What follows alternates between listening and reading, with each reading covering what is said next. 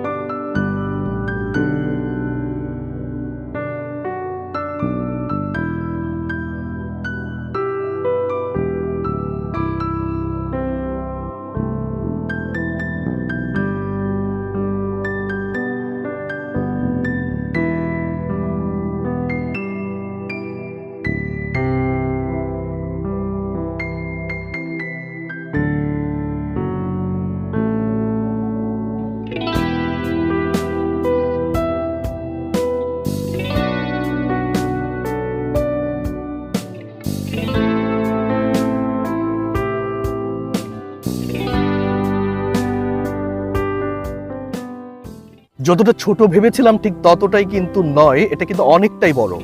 আমরা দেখতে পাচ্ছি স্পন্দন পার্কের পুরোটাই সবুজে ঘেরা এবং পাশাপাশি এই পুকুরগুলো কিন্তু অনেক বড়, যেখানে বসে থেকে অনেকেই পুকুর পাড় দিয়ে হাঁটতে পারবেন, একটা অন্যরকম ফ্লেভার বা অন্যরকম ভাইব নিতে পারবেন। আর পুকুরের ওই পাশটাতে আছে বিশাল বড় গরুর ফার্ম। এই গরুর ফার্ম থেকে যে দুধ হয় এটা কিন্তু প্রতিনিয়তই এখানে দিনে 2 বার বিক্রি করা হয়। আর এটাও হয় এই স্পন্দন পার্কের ভিতর থেকে। পুকুর পাড়ে এরকম একটি সাউনি আছে, যে সাউনি দেখতে অনেকটা সুন্দর লাগে। এখানে বিভিন্ন ধরনের প্রোগ্রাম বা পার্টি এখানে হয়ে থাকে, বিশেষ করে বারবিকিউ পার্টি জন্য একটি উপযুক্ত জায়গা বলে আমি মনে করছি। এই পাশটাতেই, ঠিক পুকুরের এই পাশটাতেই আছে বিশাল বড় একটি হল রুম। বিভিন্ন প্রোগ্রামের জন্য এই হল রুমটা ব্যবহার করা হয়। 4-5টি খোলা, শুধু উপরে ছাদ আছে। যে কেউ এখানে বুকিং দিতে পারে। বসে থাকার জন্য বেশ কয়েকটি জায়গা করা হয়েছে, স্পট করা হয়েছে, যেখানে বসে অনেকেই নাস্তা সারতে পারবে। এবং ভিউয়ার্স দেখতে পাচ্ছেন নুসাইফা আমিন এক পাশে, আর এক পাশে আহনাফ আমিন, ওর মা ওদেরকে সাপোর্ট দিচ্ছে, ওরা একটু দোল খাচ্ছে। নুসাইফা আমিন, কেমন লাগছে মামুনি? অনেক ভালো লাগছে। তুমি কি অনেক হ্যাপি এখানে এসে? ওরা অনেক এনজয় করছে দুইজনই।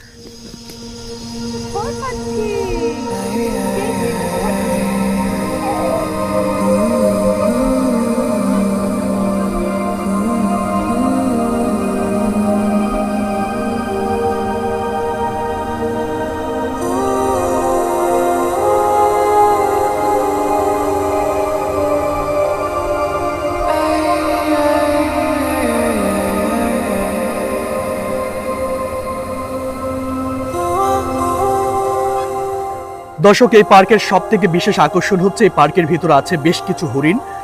যে হরিণগুলো আমরা দেখতে পাচ্ছি,